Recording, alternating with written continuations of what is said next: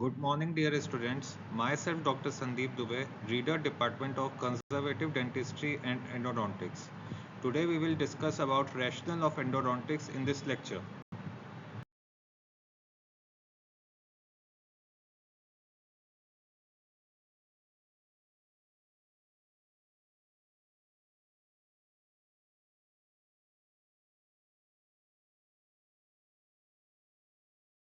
The word rational means fundamental reason or logical basis. The word endodontics is combination of two Greek words, endo and odont, where endo means inside and odont means tooth. Rationale of endodontic therapy is based on the belief that a natural tooth functions more efficiently and comfortably than a bridge, partial denture, or a metal implant. It is that branch of dentistry that is concerned with the morphology, physiology, and pathology of the human dental pulp and periradicular tissues. Its study and practice encompass the basic clinical sciences, including biology of the normal pulp, the etiology, diagnosis, prevention, and treatment of diseases and injuries of the pulp, and associated periradicular conditions. Now, etiology of endodontic diseases. It can be due to physical agents, chemical agents, and microbiological agents. The physical agents consist of heat generated during cavity preparation of the tooth. Chemical agents can be due to dental cements, which have high acidic pH, which can be zinc phosphate, and microbial agents such as microorganisms, Streptococcus mutans, etc. Although chemical and physical factors can induce periradicular inflammation, a large body of scientific evidence indicates that endodontic infection is essential for progression and perpetuation of different forms of pulpal and periapical diseases. Endodontic infection develop in root canals devoid of host defenses, either as a consequence of pulp necrosis, which can be due to caries, trauma, periodontal diseases, or iatrogenic operative procedures, or pulpal removal of for treatment. Bacteria are the major microorganisms implicated in the pathogenesis of endodontic diseases.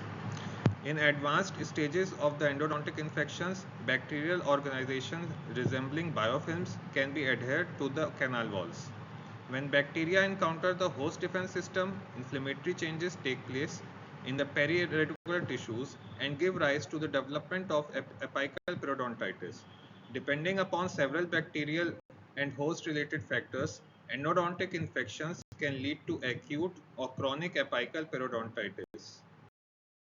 These changes depends on the intensity of the disease, duration of the disease, pathogenicity of the bacteria, and defense mechanism of the host. In this flowchart, we can understand the rationale of endodontic therapy in a avascular non-vital pulp which has no defense.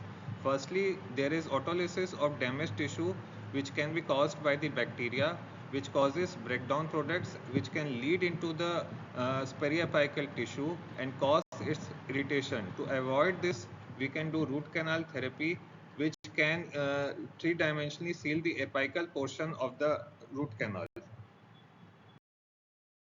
To achieve this objective, we can go for non-surgical endodontic therapy, where we can do access preparation, then shaping and cleaning of the canal, and then finally obturation of the root canal. If this does not work, then we can go for non-surgical endodontic therapy to achieve a fluid-tight seal. Now coming on to the theories of spread of infection. Theory was given by Dr. W. E. Fish in 1939, which is the most popular theory. This consists of 4 zones of reaction. First one is zone of necrosis or infection, zone of contamination, zone of irritation, and fourth one is zone of stimulation.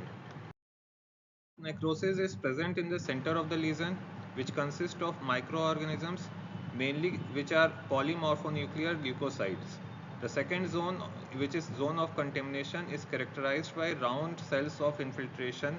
It causes cellular destruction from the toxins discharged from the central zone, and bone cells and are dead and might go under an autolysis, which results in empty appearance of lacunae. The third zone, which is zone of irritation, it's characterized by macrophages and osteoclasts.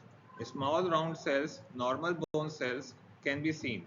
Collagen framework is digested by phagocytic cells, that is macrophages, while osteoclasts attack the bone tissues. Fourth zone is zone of stimulation, which is characterized by fibroblast and osteoblast. It is at the periphery and toxin is mild enough to be stimulant.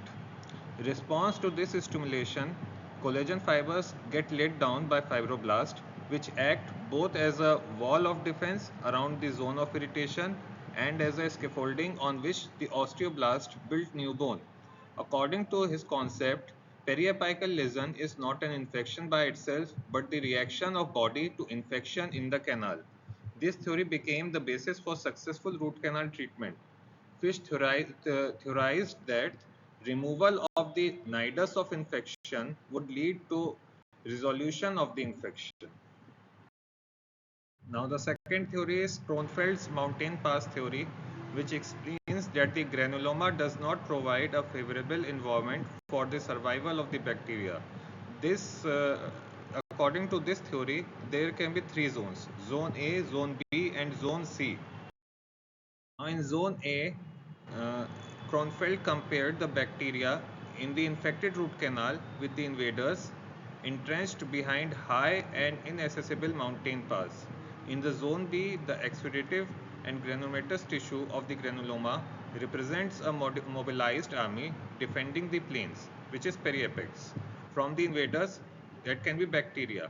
When a few microbes enter the periapex, they are destroyed by polymorphonucleus. But when the microbes are more in number or more virulent, they have more power, the defensive mechanism, and results in lesions. In Zone C, complete elimination of the invaders from their mountainous entrenchment will eliminate the need of a defense forces in the plains. Once this is accomplished, the defending army of leukocytes withdraws. The local destruction created by the battle is repaired by granulation tissue and the environment returns to normal.